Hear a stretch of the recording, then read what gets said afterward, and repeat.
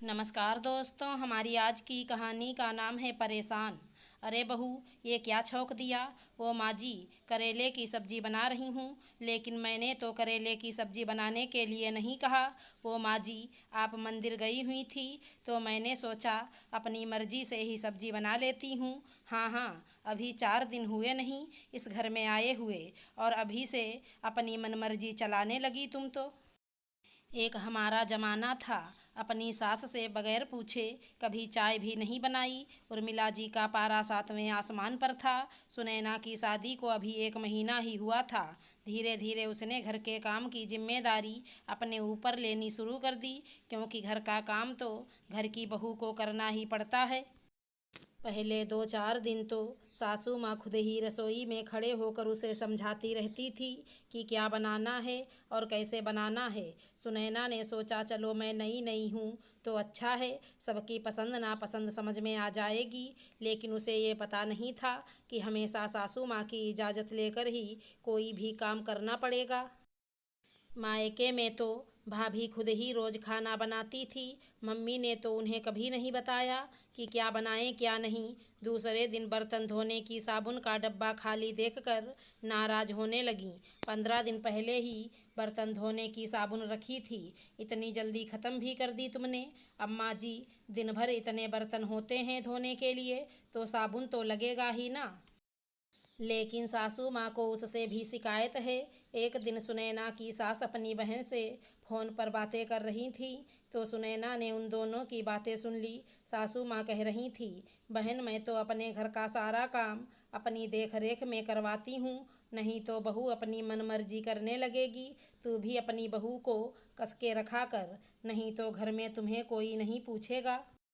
हमारी तो कोई अहमियत ही नहीं रहेगी, इसलिए बहू पर थोड़ी लगाम लगानी ज़रूरी होती है। अब धीरे धीरे सुनैना को समझ आने लगा था कि सासू माँ को हर काम अपनी मर्जी से करवाने की आदत क्यों है। उसने मन ही मन कहा, चलो सासू माँ की ये इच्छा भी पूरी कर देते हैं। अगले दिन सुबह उठते ही सुनैना ने सासू माँ से पूछा, माँ जी चाय बना लूँ क्या? हाँ बना लो, सासू माँ ने कहा। चीनी कितनी डालूँ? 1 चम्मच। थोड़ी देर बाद, माँ जी नाश्ते में क्या बनाना है? आलू की सब्जी और पराठे बना ले।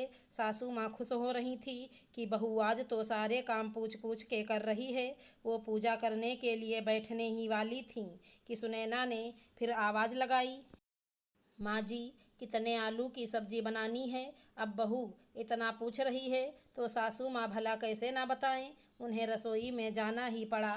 सारी चीज़ें बताकर जैसे ही बैठने लगीं, सुनैना ने फिर आवाज़ लगाई, माँ जी ज़रा बर्तन धो दीजिए, मुझे तो साबुन लगाने का अंदाज़ा ही नहीं है। उन्हें मजबूरन फिर उठना पड़ा। दोपहर को जैसे ही सासू माँ आराम करने के लिए लेटीं और अपनी बहू सुनैना को आवाज़ लगाई, जरा बहू पीने के लिए 1 गिलास पानी लाना। तभी सुनैना कमरे में प्रवेश करती है और सास से कहती है, माँ जी पानी गर्म लाऊं या ठंडा? अरे बहू, गर्मी में कौन भला गर्म पानी पीता है, जल्दी से ठंडा पानी ले आ। पानी पीकर लेटी थी, फिर सुनैना आवाज़ लगाई, माँ जी खाने में क्या बनाना है? बहू दाल चावल बना लो। थोड़ी देर बाद, माँ जी कौन सी दाल बनाऊं, मूंग की या उड़द की? मूंग की बना लो, सासू माँ ने खींचते हुए कहा। आज ना तो वो ढंग से पूजा कर पाईं, ना ही आराम कर पाईं। सुनैना मन ही मन मुस्कुरा रही थी, लेकिन साथ ही उसे सासू माँ को इस तरह परेशान करना अच्छा भी नहीं लग रहा था। अब तो पानी सर से ऊपर हो गया। शाम को फिर वहीं शुरू हो गया, माँ जी खाने में क्या बनाना है? सब्जी में कौन कौन से मसाले डालने हैं? दूध गर्म दूँ या ठंडा? सासू माँ ने ज़ोर से चिल्लाते हुए कहा, बहू अब मुझसे कुछ मत पूछना। ना सुबह से थोड़ी देर आराम से बैठने दिया, ना टीवी देखने दिया, और तो और भगवान का नाम भी शांति से नहीं ले पाई। लेकिन माँ जी आपने ही तो कहा था कि मुझसे पूछे बिना कोई काम मत करना। हाँ कहा था, तो क्या सारा दिन मेरी चकरी बनाओगी? जो बनाना है जैसे बनाना है बना लो, बस समय पर सारा काम हो जाना चाहिए। सुनैना मुस्कुराते हुए रसोई में चली गई। अगर हमारी कहानी पसंद आई हो तो चैनल को लाइक शेयर सब्सक्राइब करें। राधे राधे दोस्तों।